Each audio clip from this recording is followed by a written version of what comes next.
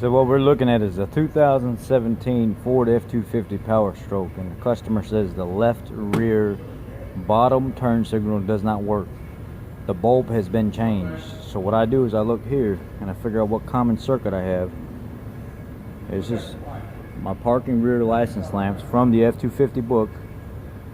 I'm trying to find connector 4112. That's my left rear lamp 1. And then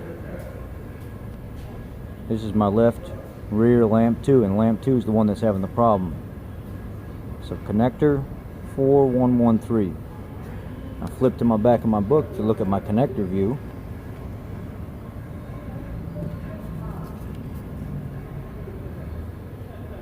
And there's the top lamp. There's your bottom lamp. Pin 1, 2, and 3. Pin 1 is ground.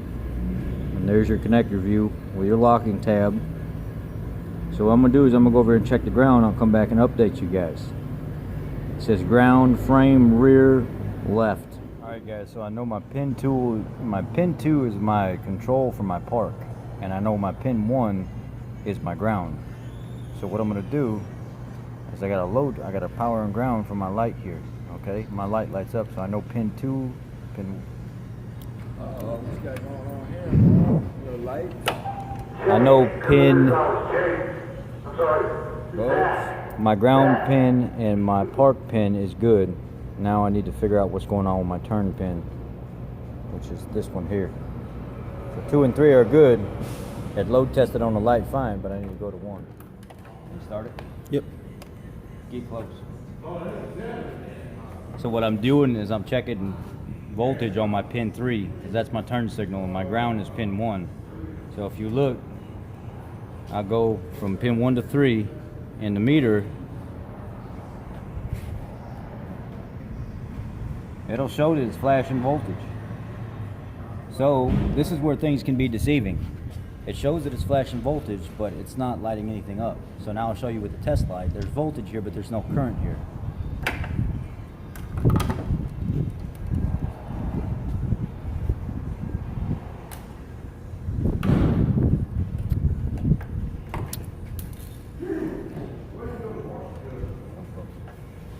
So I'll show you reference on my pin 2. I've got power. On pin 3 it showed there was voltage there. Won't do nothing. So now you're going to have to start tracing this wire back to see where the corrosion is or where there's a partial break in the wire, because it can't supply enough current to light the light up. So upon further inspection, I traced the wiring harness from down here on this side. It runs across. It comes out right here into this connector next to that tire. Now it's the 5th pin down. 1, 2, 3, 4, 5. And if I touch it, you can see the lights flashing now.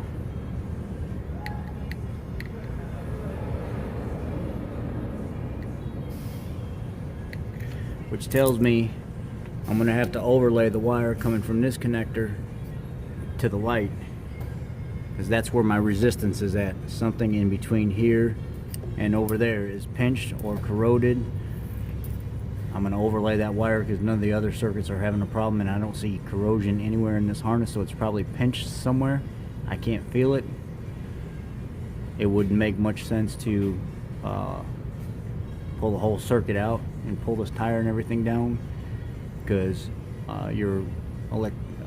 basically voltage takes the path of least resistance. So if something's got corrosion and then you overlay a good fresh wire, the fresh wire is going to have least resistance, so that corrosion is never really going to be a concern, especially down here in the south where we don't have a lot of salt and stuff like that. We do have humidity, but it's not that bad. So I'll overlay that wire and then we'll see what happens. Alright guys, so the customer came to pick up his truck, so I had to hurry up and finish. But on the 2017 Power Stroke, if you pull down the plastic that's underneath the steering wheel, up next to the steering shaft to the right, there is a white box. It's like the illumination module, and there's a connector that goes through the back of it. It's a 12-pin connector, and basically the diagnostics ran me to ohm out pin 1 in that connector to pin 1 in the left turn signal light, the lower light, and check the resistance with it unplugged.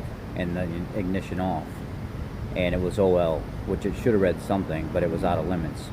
And then it said you can go ahead and verify by checking your pin 2 to pin 3 of the connector on the right side, lower section. And it was also, it was a good circuit. It read like 0.4. You want to have less than 3 ohms. Sometimes Ford will say less than 5 ohms, but on this particular situation it said less than 3. So I knew right away from the module underneath the dash to the left turn signal, what I had was I had a pinch somewhere or high resistance. Even though it said OL, I was still reading some voltage back there at one point. I just didn't have enough current back there to light that light up. So what I did was I went ahead and I overlaid that wire on the module going into the dash, or the connector going into the module, pin 1. I overlaid it. I pinched a wire in right there. I siliconed it. I sealed it off. I ran a wire through the firewall, down underneath the cab of the truck, out to the back. I followed the factory wiring harness. I went up the taillight hole, and I actually went into pin 3. So if you're looking at the connector clip, the little push tab, that's pin 1, the middle one is pin 2, and the round side is pin 3. That's your turn signal port. The middle one, pin 2, is your stop, and pin 1 is your ground. So pin 3, I went in that, I put my little clip connector, I overlaid the wire, I put my turn signal on, and it flashed fast a few times, and then it caught up and it started flashing normal, and the light was flashing fine.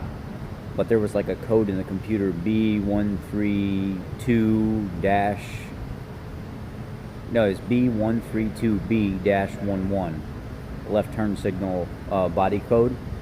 And on these particular trucks, if you're having a light out and you replace the light, a lot of times it'll actually set a code in the computer, and you'll have to go back and actually erase that code in order for that circuit to start working again, because these new computers have something that's called a field effect transistor in it, and they don't just look for reference voltage now. They can actually monitor the wire to see the amount of current that's flowing through it, and if that current stops or gets interrupted some way, it will shut the driver down in the computer that controls that circuit until the problem's fixed and the code is cleared in the computer. So even though I put that wire and stuff in there at first, it didn't even work. I had to go back to the computer, I had to clear the code, the body code, and then put my turn signal on, and then all of a sudden my turn signal started working again. I appreciate your time, guys. Thank you. If you have any questions, leave them in the comment box below.